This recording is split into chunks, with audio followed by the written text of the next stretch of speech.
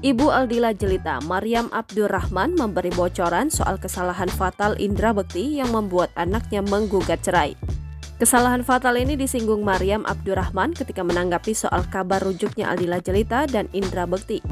Ibu Aldila Jelita mengaku sangat marah atas keputusan anaknya kembali kepada Indra Bekti.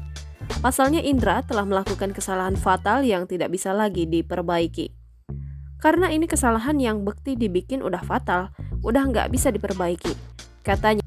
Menurut Ibu Aldila Jelita, Indra Bekti pertama kali ketahuan melakukan kesalahan fatal tersebut pada tahun 2016 silam. Lalu Indra Bekti kembali mengulang kesalahan tersebut hingga akhirnya mendapat azab pada Desember 2022, tepat di hari ulang tahunnya. Sudah pernah terjadi di tahun 2016, sekarang diulang lagi dan sudah diazab sama Allah tahun 2000 kemarin itu waktu Desember waktu dia ulang tahun, katanya. Ibu Aldila Jelita tak menyebutkan dengan jelas soal kesalahan fatal apa yang dilakukan Indra Bekti. Namun ia menyebut Bekti dengan sebutan penjahat kelamin. Sekarang ini orang mau mencaci saya ya kan bahwa seorang ibu jahat mau melepaskan darah dagingnya, kata Maryam Abdurrahman.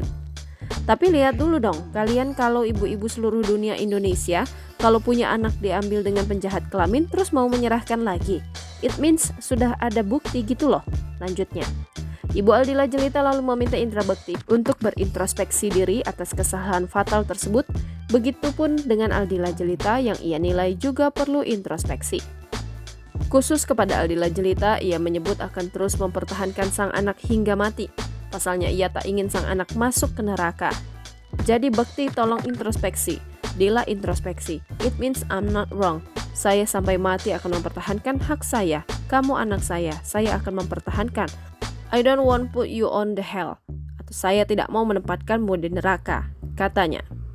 Ibu Aldila Jelita merasa memiliki kewajiban sebagai orang tua untuk mengingatkan anaknya agar tak masuk ke dalam lubang yang sama. Ia menyadari Aldila Jelita memang sudah besar dan memiliki anak sehingga wajar saja jika sudah tak mau lagi diatur-atur oleh orang tua. Namun, Ibu Aldila Jelita tetap merasa perlu bersuara dari segi Islam. Ia menyinggung bahwa perbuatan Indra Bekti merupakan hal haram sesuai dengan surat Al-Quran terkait Nabi Lut.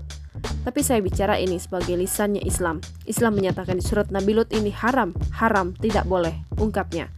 Maryam Abdurrahman mengaku mau saja merestui anaknya rujuk jika Indra Bekti benar-benar bertaubat. Namun keseriusan Bekti untuk bertaubat harus ditunjukkan dulu selama 2 tahun sebelum kembali kepada Aldila Jelita.